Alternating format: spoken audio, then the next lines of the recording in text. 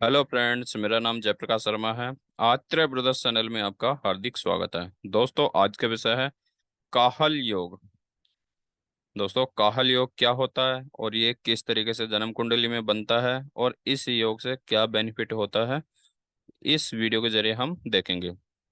तो दोस्तों, देरी न करते हुए इस वीडियो को आगे बढ़ाते हैं और इस विषय में चर्चा करते हैं। दोस्तों, काहल योग।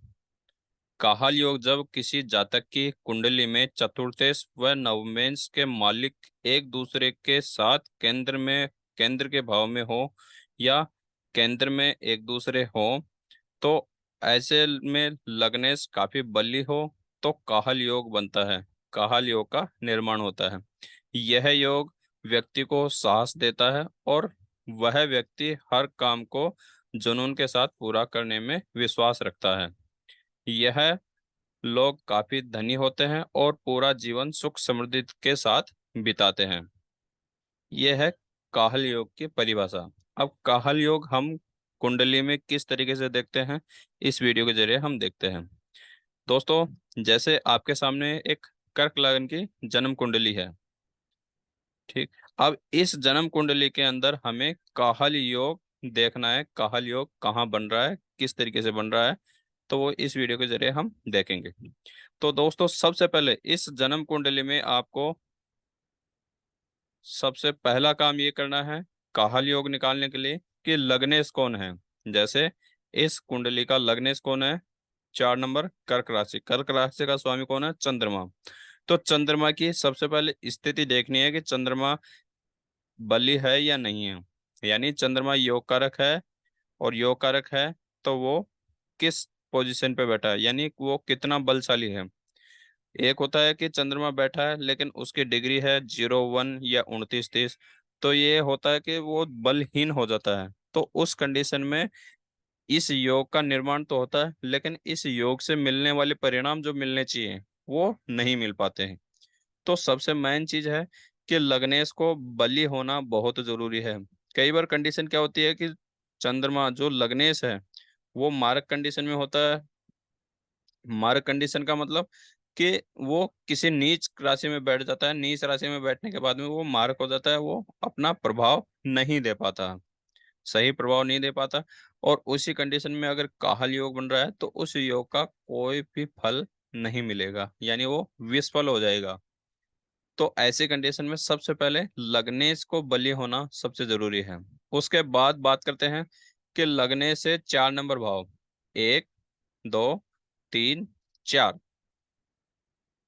काहल योग में 4 नंबर भाव और 9 नंबर भाव और लग्नेश, इन 3 ग्रहों का सबसे मेन रोल होता है।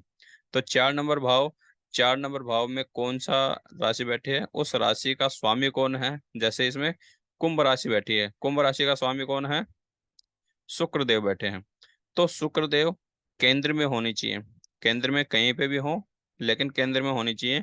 और शुक्र देव की भी कंडीशन अच्छी होनी चाहिए। ऐसा नहीं है कि शुक्र देव बलहीन है या सूर्य के साथ अस्त हो गए या किसी नीच राशि में बैठे हैं, तो उस कंडीशन में भी काहल योग का बेनिफिट नहीं मिल पाएगा। तो यहाँ ये चीज जरूर देखें कि जो चौथे भाव का मालिक है वो भी सही कंडीशन में हो। उसके बाद देखेंगे नौमेंस, यानी नौवा घर। 1, 2, 3, 4, 5, 6, 7, 8 और 9। नौवेंस में मीन राशि आती है और मीन राशि का स्वामी कौन है? गुरुदेव।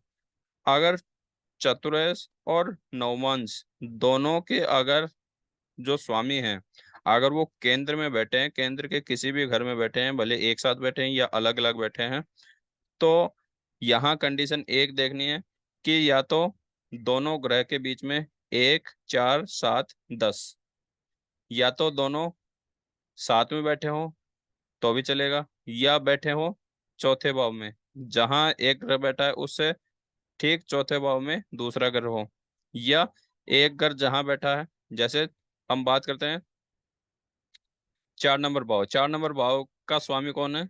शुक्रदेव। अगर हम शुक्रदेव से नौवे घर का जो मालिक है उसकी चर्चा करें तो दोनों के बीच में जो डिस्टेंस है या तो 1 या 4 या 7 या 10 का होना चाहिए। इसके अलावा नहीं होना चाहिए। तो एक का मतलब अगर दोनों स्वयं घर में बैठे हैं, केंद्र के घर में दोनों एक साथ बैठे हैं, तो एक का भाव एक वो हो गया। या फिर बैठे हैं चार का स्पेस देके, चार का स्पेस देके कैसे, जैसे शुक्रदेव कहाँ बैठे हैं, 7 नंबर भाव में, तो 1, 2, 3 और 4, यानी जहां मेष राशि आ रखी है वहां गुरुदेव बैठने चाहिए, तो भी इस योग का बेनिफिट मिलेगा। अगर यहाँ नहीं है तो फिर देखेंगे 1, 2, 3, 4, 5, 6, 7, साथ में स्वयं गुरुदेव बैठे हैं, तो इस योग का निर्माण होता है। अगर ये गुरुदेव यहाँ नहीं बैठे तो जहां शुक्रदेव बैठे हैं उससे 10 नंबर भाव गिनो। 1, 2, 3, 4, 5, 6, 7, 8, 9, 10, यानी 1, 7, 1, 4, 7, 10 में दोनों राशियों के स्वामी होने चाहिए, तभी इस योग का निर्माण होता है। और जो लग्नेश है, लग्नेश को बली होना बहुत जरूरी है, क्योंकि जब लग्नेश बली होगा तभी आगे ये ग्रह प्रभावी होंगे और तभी इस योग का निर्माण होता है। आशा करूंगा कि यह वीडियो आपको पसंद आई होगी। नेक्स्ट वीडियो जैसे आपके पास आएगी आपके पास नोटिफिकेशन आ जाएगा। और अगर आपको अपनी कुंडली विश्लेषण करानी है तो कमेंट में अपनी डेट ऑफ बर्थ वगैरह डाल सकते हैं, जिससे कि मैं आपकी कुंडली विश्लेषण करके आपको बता सकूं। और अगर कोई आपको वास्तु से संबंधित या एस्ट्रोलॉजी से संबंधित या पालमिस्ट्री से संबंधित कोई भी हस्तरेखा से संबंधित कोई भी आपको डाउट लगे तो आप कमेंट के जरिए मेरे को पूछ सकते हैं। मैं आपको निस्वार्थ होकर अपनी समस्या का समाधान जरूर बताऊंगा। नेक्स्ट वीडियो जैसे आएगी आपके पास नोटिफिकेशन आ जाएगा। तब तक के लिए जय श्री राम।